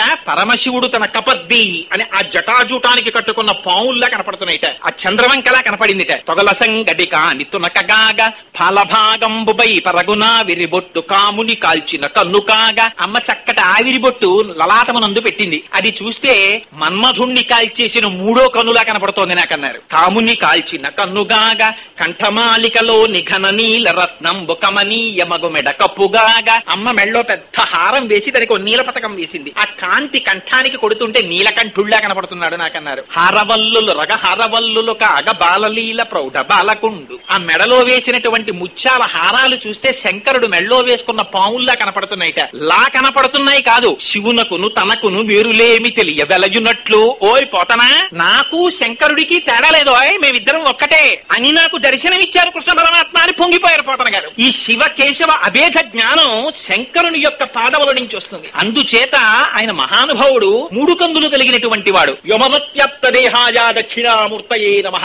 అనంతమై ఆకాశమంతా నిండి నిబిడీకృతమైనటువంటి జటాజూటమును కలిగినటువంటి వాడు. కపర్ది అని పిలుస్తారు ఆయన్ని. నిన్నటి రోజున చెప్పానే, రంగత్తుంగ తరంగ సంఘములతో రంజిల్లు ఘోషంబుతో బంగారంబగు పొంగుతో నురగతో పువ్వాట తుంపర్లతో భంగుల్ సల్పుచు జంఘలించు తన భోభాగము నుండి జారం గంగమ్మను దల్చితే శరమునన్ రంజిల్లుతున్ శంకర. అంత పెద్ద జటాజూటంలో ఆ గంగని పట్టినటువంటి మహానుభావుడైన. తాం వీరనాణ్యం పశ్యామి శూలినః అన్నారు బ్రహ్మగారు. పరమశివుడు తప్ప ఎవడు పట్టగలరా గంగని? ఆయన ఒక్కడు పట్టగలడు, ఆయన్ని ప్రార్థన చేయమన్నారు భగీరథుడిని. అందుచేత అదిగో అది కపర్ది అంటే. ఇంతటి వాడు ఎంత తేలిగ్గా లొంగిపోతాడో తెలుసా అండి? అనంతమై తన జటాజుటము చేత సమస్త ఆకాశమును నిండి నిబిడీకృతమైనటువంటి మహానుభావుడు ఎవరికి అందుతాడు? పోతన గారు అంటారు దశమస్కంధంలో, అష్టమస్కంధంలో చెప్తారు. శివుడంటే ఎవరనుకుంటున్నావురా? శివుడంటే నీ కంటితో చూసేవాడు అనుకుంటున్నావా? నీ జ్ఞానంతో తెలుసుకుందాం అనుకుంటున్నావా? అగ్ని ముఖంబు పరాపరాత్మకమాత్మ కాలంబు గతి రత్నగర్భ పదము శ్వశనంబు నీ యూర్పు రసన జలేషుండు దిశలు కర్ణంబులు దివము నాభి సూర్యుండు కన్నులు శుక్లంబు శలిలంబు జఠరంబు జలధులు చెదలు శిరము సర్వౌషధులు రోమచయ హృదయము, శల్యంబులద్రులు, మానసమృతకరుండు, ఛందములు ధాతువులు, ధర్మసమితి హృదయము, ఆస్య పంచకము పరిషదాహ్వయంబు అయిన నీరూపు సదసత్వమై శివాఖ్యయై స్వయం జ్యోతి అయ్యొప్పు అజ్జమగుచు అన్నారు. అటువంటి శంకరుణ్ణి తెలుసుకోగలిగినటువంటి వాడెవరు? అంతటి పరమశివుడు ఎంతగా లొంగిపోతాడో తెలుసా అండి? పాశుపతాస్త్రం కోసమని అర్జునుడు వెళ్లి తపస్సు చేశాడు. తపస్సు చేస్తే తండ్రికి ముచ్చటేస్తుంది చూసారా? నాన్నగారండి, బ్రహ్మాండమైన మల్లయోధుడైనటువంటి తండ్రి దగ్గరికి ఏ 6వ క్లాసో చదువుకుంటున్న పిల్లాడొచ్చి, నాన్నగారండి నేను కూడా స్కూల్లో ఎక్సర్సైజ్ చేస్తున్నానన్నాడు అనుకోండి. తండ్రి గారు స్నానానికి ఎడుతూ పెడుతూ, రారా చూద్దాం మన ఇద్దరం ఎంత నేర్చుకున్నావో చూస్తానంటే ఆ పిల్లవాడు తండ్రితో కుస్తీ పట్టాలన్న సంతోషంతో ఎగిరి తండ్రి గారిని ఒక్క దెబ్బ కొట్టి గట్టిగా కౌగిలించుకుని ఏడి చేస్తూ ఎలా అయినా సరే తండ్రిని ఓడించేయాలని కింద పడిపోయి మీద పడిపోయింది గుద్దేస్తే ఆ తండ్రి ఎంత సంతోషపడిపోతాడో, తన బలాన్ని చూపించి నొక్కేస్తాడా? వాడు చేస్తున్న ప్రక్రియను చూసి మురిసిపోతాడు. అలా అసలు పాశుపతాస్త్రం ఇస్తే ఎలా ప్రయోగిస్తాడో చూద్దామని తాను కూడా ఏమీ తెలియనటువంటి వాళ్ళ ఒక అడవి పందిని సంహరించడానికి వచ్చిన కిరాతుల్లో వచ్చాడు. వస్తే ఆ బాణాలు తీసేశాడు, గాంధీవన్ తీసేశాడు, అన్ని తీసేశాడు. ఏం చేస్తాడో చూద్దాం అనుకున్నాడు. పిల్లాడు తండ్రి మీద కోపంతో తిరగబడిపోయినట్టు కోదండంబుల నిట్టులుండరు జటా కోటీరముల్ కుక్షి వక్షోదేశంబుల నంసభాగముల సక్రోధంబునం వేయుచున్ రోదోంతంబుల నట్టహాసముల నార్పుల్ పిక్కటిల్లంగా బహాదర్పంబున మల్ల సంగరము సేయంజొచ్చిరి రుద్రార్జునులు అంటారు కిరాతార్జునీయంలో. ఆ లేచి కోపం వచ్చి కోదండం తీసి పరమశివుని యొక్క శిరస్సు మీద ఒక్క ప్రహారం చేశాడు. దెబ్బతిన్నాడు మహానుభావుడు. పొంగిపోయాట. ఓర్ని ఎంత పరాక్రమం చూపించావురా అని ఒక్కసారి తన స్వరూపాన్ని మంగళప్రదంగా దర్శనమిచ్చాడు. పొంగిపోయాడు అర్జునుడు. ఎంత సులభుడో చూడండి. స్తోత్రం చేశాడు. స్వామి ఎంత అదృష్టమయ్యా, నిన్న నేను జటాజూటం మీద ప్రహారం చేసిన వాణ్ణి. శ్రీకంఠలోకేశ లోకోద్భవస్థాన సంహార హారీ మురారి ప్రియాచంద్రధారీ మహేంద్రాది బృందారకానంద సందోహ సంధాయి పుణ్యస్వరూప విరూపాక్ష దక్షాధ్వరధ్వంసకాదేవ నీదైన తత్వంబు భావించి బుద్ధి ప్రధానంబు కర్మంబు విజ్ఞాన మధ్యాత్మయోగంబు సర్వక్రియాకారణం వంచు నానా ప్రకారంబులన్ బుద్ధిమంతుల్ విచారించుచో నిన్ను భావింతురీశాన సర్వేశ్వర సర్వ సర్వజ్ఞ సర్వాత్మక నిర్వికార ప్రభావా భవానీపతి నీవు లోకత్రయీవర్తనంబుల్ మహామాయు ఖాతాగ్ని సోమార్కతోయంబులంజేసి సంసార చక్రి క్రియాయంత్రవాహుండవై వైతాది దేవాది దేవా మహాదేవా నిత్యంబు అత్యంత యోగ స్థితి నిర్మల జ్ఞాన దీప ప్రభాజ్వాల విధ్వస్త నిస్సార సంసార మాయాంధకారుల్ జిత క్రోధ రాగాది దోషుల్ యతీంద్రుల్ యతాత్ముల్ భవత్పాద పంకేరు హజ్జాన ఢిండీర ధారానుభూతిం సదా తృప్తులైరవ్యయ భవ్యసేవ్య భవ భార్గ భర్గ భట్టారకాగత్స కృత్సాది నానా మునిస్తోత్ర దత్తావధానాల లాటేక్షణోగ్రాగ్ని భస్మీకృతానంగ భస్మానులిప్తాంగ గంగాధర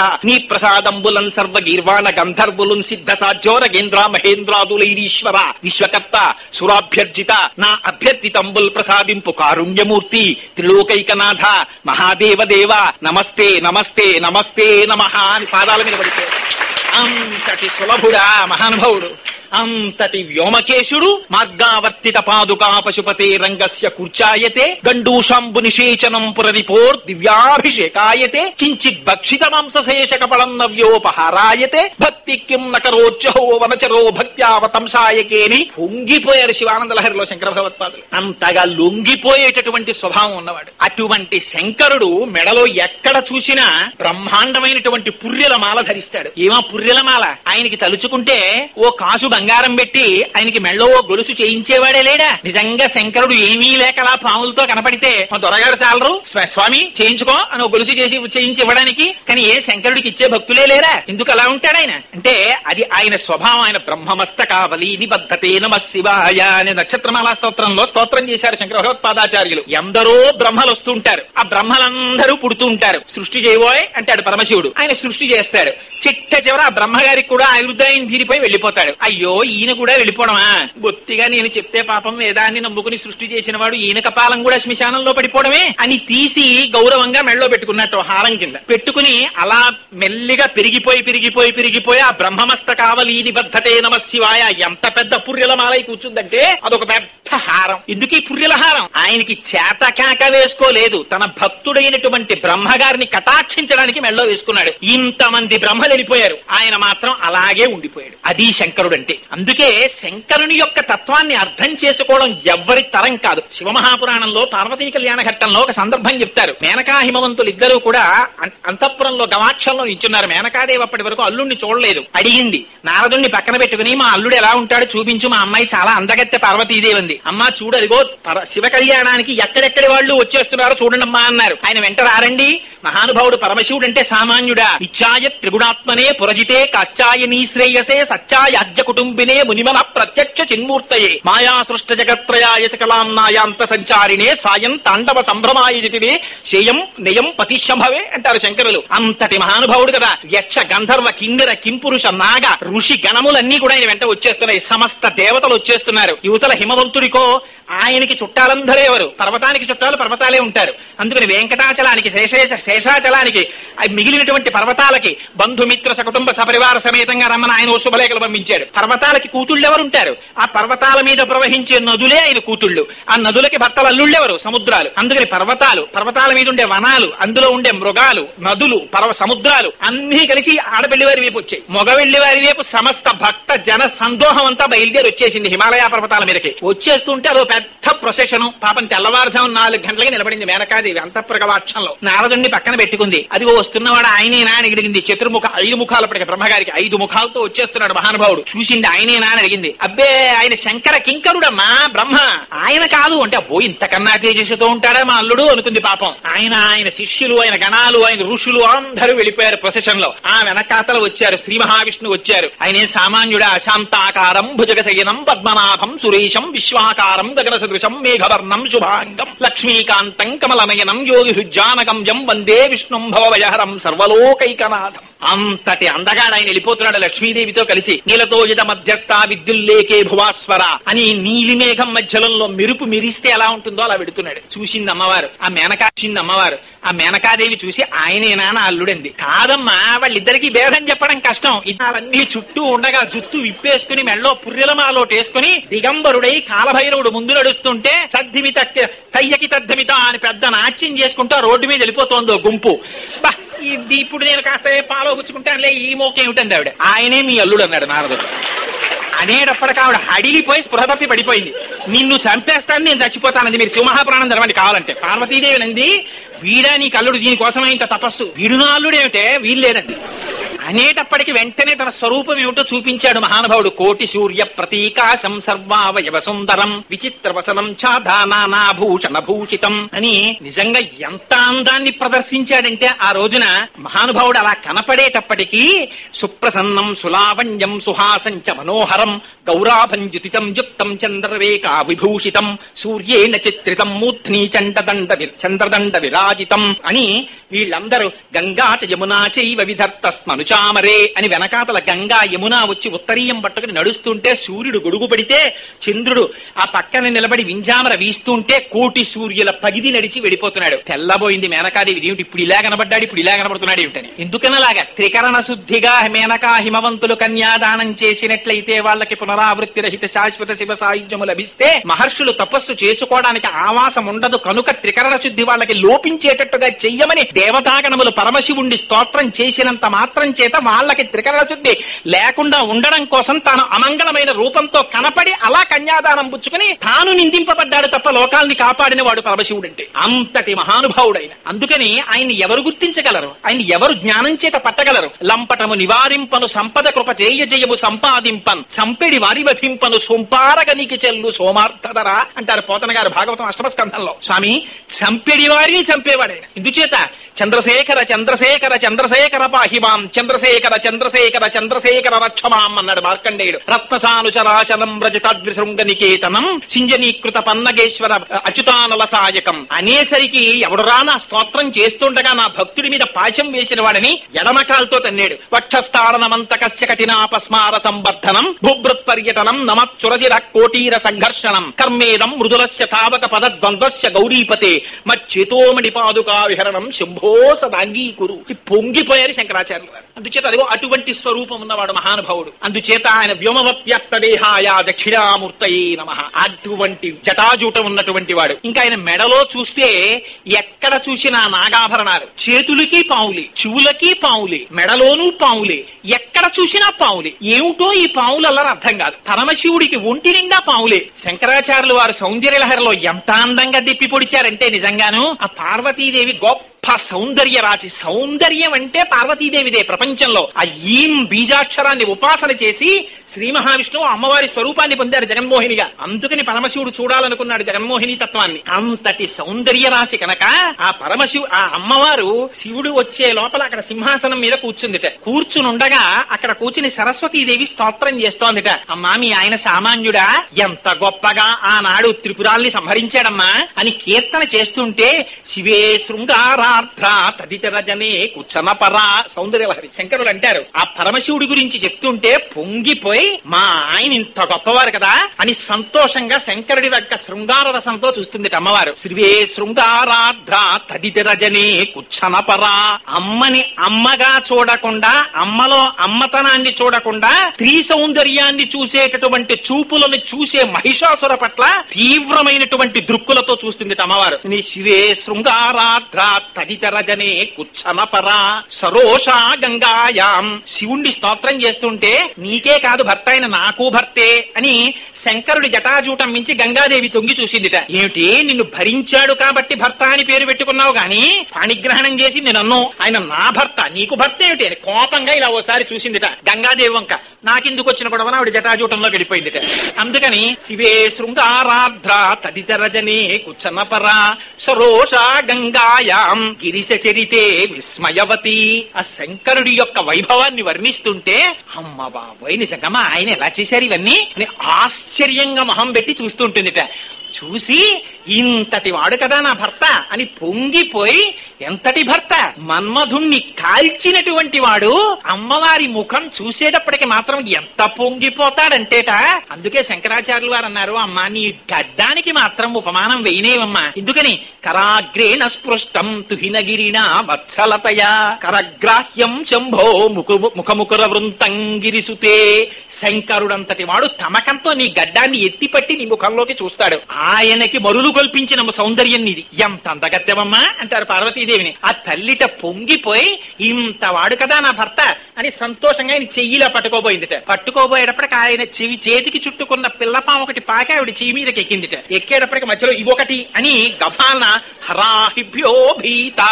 అమ్మో, పాములని అమ్మవారు భయంగా మొహం పట్టిందిట. హరాహిభ్యో భీత అని సరసిరుహసౌ భాగ్యజననీం. ఆ తామర పువ్వుల్ని జయించినటువంటి కన్నులు. సఖీషుస్మేవా తే చిలికెత్తెలతో హాస్యరసం మయి జనని దృష్టి కరుణ నా యందు కారుణ్యం అని. అది ఇప్పుడు మళ్ళీ ఇప్పుడు నేను ఆ సౌందర్యలహరి శ్లోకం వరసాలు అవన్నీ మళ్ళీ అందులోకి పెడితే నీ మోహం నిన్నేమో ఈ శివుడు గురించి చెప్పరా అంటే మళ్ళీ నువ్వు అందులోకి పోయావు.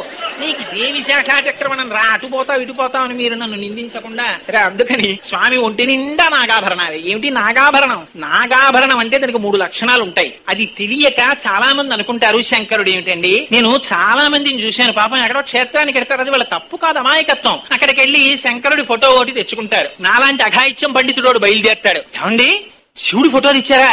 కొంపలు అడిపోతాయి, ఇంట్లో పెట్టుకుంటారేంటి, గుళ్ళో పెట్టేయండి అంటాడు.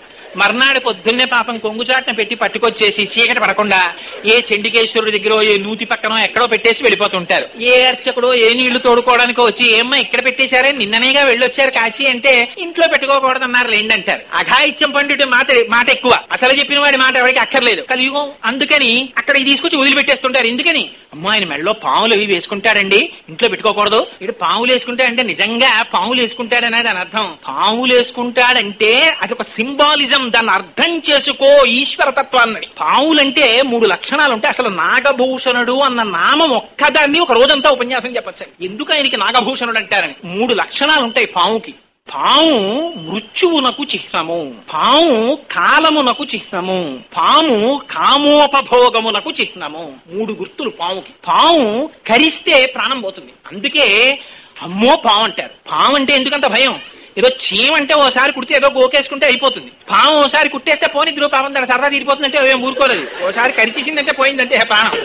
అందుకని సంసార సర్పదష్టానాం జంతునాం వివేకినాం కాలసర్పము అంటారు. కాలము సర్పము రూపమై కరుస్తుంది, వాడు మృత్యువు పాలవుతాడు. అందుచేత మృత్యువుని పాముతో సంకేతిస్తారు. ఆయన పావుని మెడలో వేసుకుంటాడు. అంటే నేను మృత్యుంజయుడను, నాకు మృత్యువు లేదు, అందరిలా శరీరమును పొంది శరీరము పడిపోయేటటువంటి స్వభావం ఉన్నవాడను కాను. ఒకటి. రెండు, కాయిల్స్ ఆఫ్ టైం అంటారు. అంటే కాలము యొక్క స్థితిని చూపిస్తుంది పాము. పాము పుట్టలోకి వెళ్లి పడుకుంటుంది, పుట్టలోంచి బయటికి వస్తుంది. వచ్చేటప్పుడు చాలా జాగ్రత్తగా వస్తుంది, బయటికి వచ్చి తోక వరకు బయటికి వచ్చి వంకర్లగా పాకి వెళ్ళిపోతుంటుంది. కాలము కూడా అలాగే పాకి వెళ్ళిపోతుంది. కాలము భయానకము. తెలియనటువంటి వాడు ఏమనుకుంటారంటే అసంకల్పితమేవేహాయదకస్మాత్ ప్రవర్తతే నివర్త్యారంభమారబ్ధం నను దైవస్య కర్మ తత్తన్నారు అయోధ్యకాండలో వాల్మీకి మహర్షి. కాలోహి బలవాన్ కర్త సతతం సుఖ దుఃఖయోహో నరాణాం పరతంత్రాణాం పుణ్య పాపానుయోగత అంటారు దేవి భాగవతంలో వ్యాస భగవానుడు. కాలస్వరూపంలోనే పరమాత్మ మన యొక్క సుఖ దుఃఖములకు మనం చేసుకున్నటువంటి కర్మకి ఫలితాన్ని ఇస్తుంటారు. అందుకే మన వాళ్ళు తెలిసో తెలియకో ఆ మాట అనేస్తుంటారు. ఏమంటే పంతులు గారిని కుక్క కరిచేసింది అన్నారు అనుకోండి, అయ్యో పాపం అంటారంటే, అయ్యో వీడు ఏనాడో ఏ జన్మలోనో ఏ కుక్కనో నిష్కారణంగా కొట్టినటువంటి పాప ఫలము ఈనాడు ప్రారంధమై కుక్క రూపంలో వీడిని కర్మబడినది అని వాళ్ళు సిద్ధాంతం చేసినట్టు. అంత అనకుండా అయ్యో పాపం అంటారు. అయ్యో పాపం అంటే ఒకనాడు చేసుకున్న పాపం ఇవాళ ఫలితం ఇచ్చేసిందని దాని గుర్తు. అందుకని ఆ పాప ఫలాన్ని పుణ్య ఫలాన్ని పరమేశ్వరుడు ఇచ్చేస్తుంటాడు కాలస్వరూపంలో. అందుకని కాలము చేత ఇవ్వబడుతుంది. కాలస్వరూపమే పాము. మూడవది కామోపభోగ జీవనము. కుండలిని అని మనకు ఒకటి ఉంటుంది, అది శ్రీ విద్యా సాంప్రదాయం. ఆ మూలాధార చక్రం దగ్గర చుట్టుకుని పడుకుంటుంది. ఏ bad snake and a good snake అని చంద్రశేఖర పరమాచార్యులు వారు కంచిపీఠంలో ఒకసారి ఉపన్యాసం చేశారు. ఎంత మహోత్కృష్టమైన ప్రసంగం అంటే మీరు చూడండి. విచిత్రం ఏమిటంటే మనకి పాము ప్రధానంగా కనపడేటటువంటిది ప్రతి దేవతకి కనపడుతుంది. విఘ్నేశ్వరుణ్ణి చూడండి, ఆ మొలకి పాము కట్టుకుని ఉంటాడు. శ్రీమన్నారాయణుడు సాక్షాత్తుగా పాము మీద పడుకుంటాడు. పరమశివుడు మెడలో పాములు వేసుకుంటాడు. అసలు నిజంగా వీళ్ళ వెహికల్స్ అన్ని బయట పార్కింగ్ లో పెట్టారనుకోండి, అసలు వాళ్ళ ఇంట్లో హడలెత్తిపోవాలి. ఎందుకో తెలుసా అండి? శంకరుడి వాహనం వృషభం అక్కడ పడుకుందనుకోండి, అమ్మవారి వాహనం పెద్ద పులి లేదా సింహం. ఈ రెండు పక్క పక్కన ఉంటాయా? విఘ్నేశ్వరుడి వాహనం ఎలుక, సుబ్రహ్మణ్యేశ్వర స్వామి వారి వాహనం నెమలి. ఆయనది నాగస్వరూపం కింద చూపిస్తూ ఉంటారు. అసలు నెమలికి పాముకి పడుతుందా? పడదు. పాముకి శత్రువులు శాస్త్రంలో ప్రధానంగా మూడు. ఏమిటవి? ఒకటి గరుత్మంతుడు, ఆ గరుత్మంతుడి చేత పాములు సంహరింపబడతాయి. రెండవది ముంగిస, ముంగిస పాముని సంహరిస్తుంది. మూడవది నెమలి, నెమలి పాముని సంహరిస్తుంది. మీరు చూడండి, సుబ్రహ్మణ్యుడు కామము లేనివాడికి కలిగిన కొడుకు, పరమశివ పుత్రుడు సుబ్రహ్మణ్యుడు. మళ్ళీ అదంతా చాలా చిత్రమైన గాథ. అలా ఎందుకు వస్తుంది? ఇప్పుడు దాని కూర్చో మనకి ఎందుకు కానండి. సుబ్రహ్మణ్యుడు నెమలి మీద కూర్చుంటాడు. ఆ నెమలి మీద కూర్చుంటే కింద పాము ఉంటుంది. అదే పాము నెమలి శత్రువులు కదా, అలా ఎలా ఉంటాయి? ఆ గరుత్మంతుడు వాహనం బయట ఉంటుంది, శేషుడి మీద ఈయన పడుకుంటాడు. ఆయన్ని చూడగానే ఈ పాము గబగబా చొట్లిప్పేసుకుని పారిపోయి ఎక్కడికో పోవద్దది. దీని మీద పడుకుంటాడు, దాని మీద ఎక్కుతూ ఉంటాడు.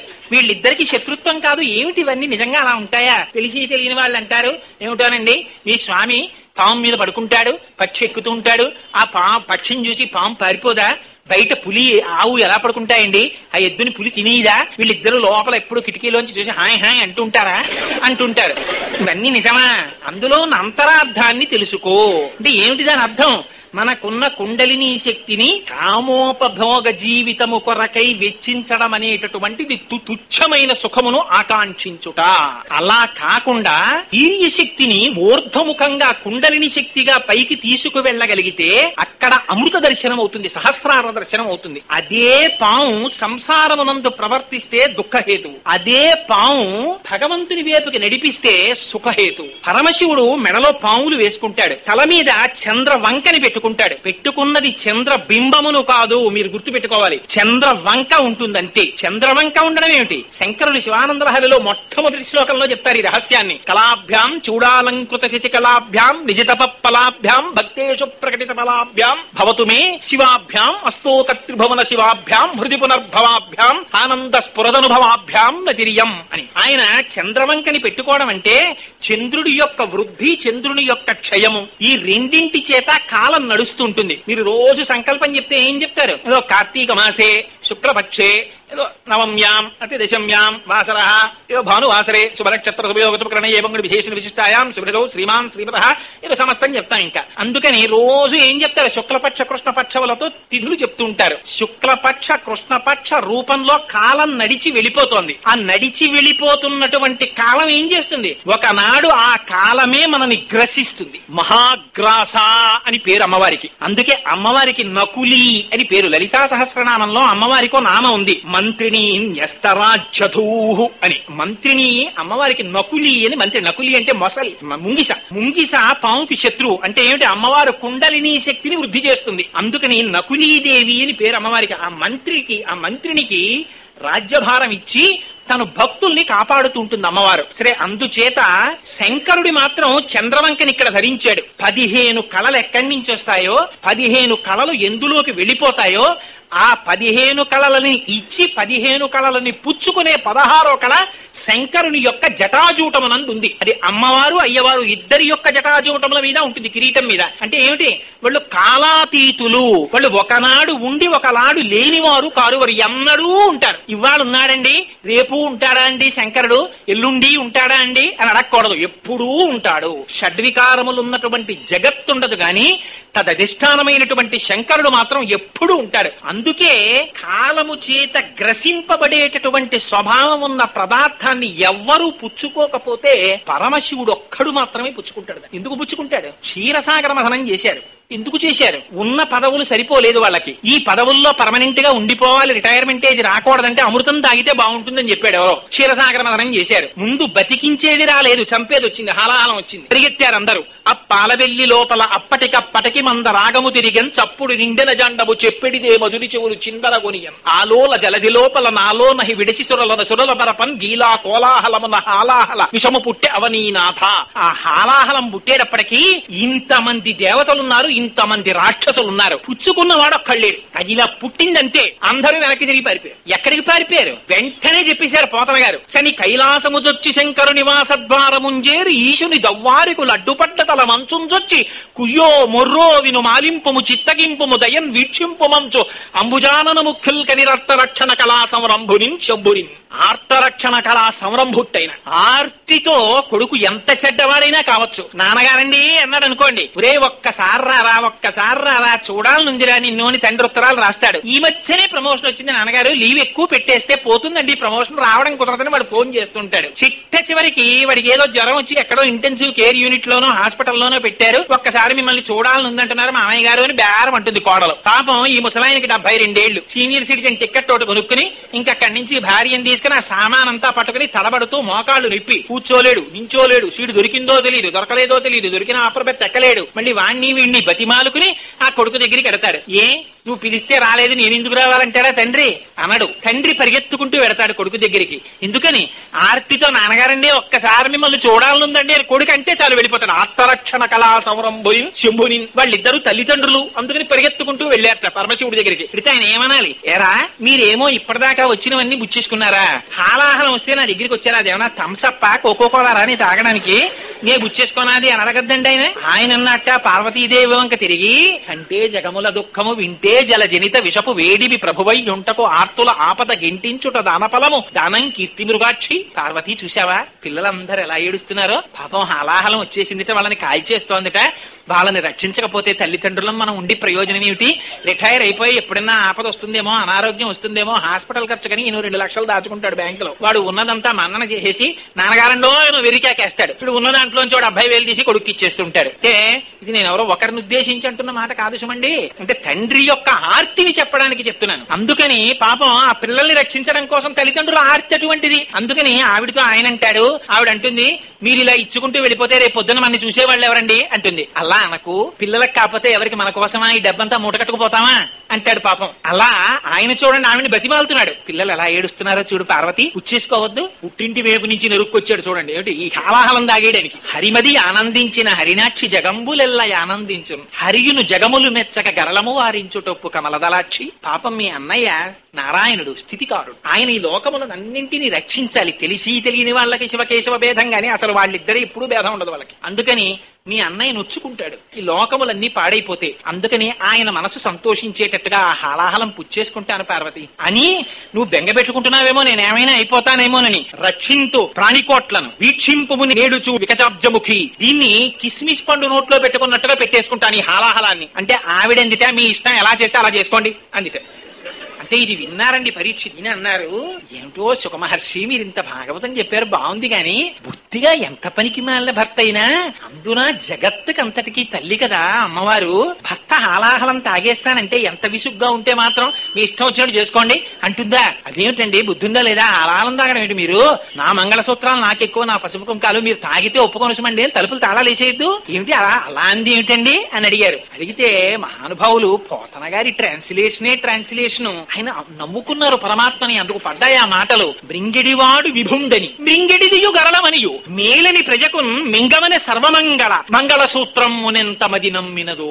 ఆవిడ సర్వమంగళ భార్య అయ్యుండగా భర్తకి ఉపద్రవం వస్తుందా? మంగళ సూత్రాన్ని ఎంత నమ్మిందోనయ్యా. అందుకు తాగేమంది. ఆవిడకి భయం ఏమిటి? తాగేశారు పరమాత్మ. అది కూడా ఎలా తాగేశాట? ఆయన ఏం భయపడలేదుట. బిక్కులాడుతూ అయ్యో తాగుతానని బాగుండదని చెప్పి దాన్ని ఏం పుచ్చుకోవడం కాదుట. తన చుట్టూ సురసంఘములు జయ జయధ్వానంబులం బొబ్బిడన్ ఘనగంభీరతమంబుతో శివుడు లోకద్రోహి హుంపోకు రమ్మని కెంగేల తమల్చి కూర్చి కడిగానంకించి జంబూపలంబుల సర్వంకషమున్ మహావిషమునాహారించి హేలాగతి కదలంబారవు పాప పేరు బుడలన్ ఘర్మాంబుజాలంబు పుట్టదు నేత్రంబులు నెర్రబారవు నిజ జూటాచంద్రుడున్ కందడున్ వదనాంబోజము వాడదా విషమును ఆహ్వానించుచో డాయిచో పదిలంబై కడిచేయుచో దిగుచుచో భక్షించుచో మృంగుచో. ఆ ఎదురెళ్ళట రావే హలాహలమా అన్నట్ట పిలిచేట చేత్తో పట్టుకున్నట్ట ముద్ద చేసేట నేరేడు పండంత చేసి నోట్లో పడేసుకుంటే చంద్రుడు కూడా కందలేదట. బస్ మా స్వామిని పట్టుకున్నా మాకేం భయం అన్నాయి.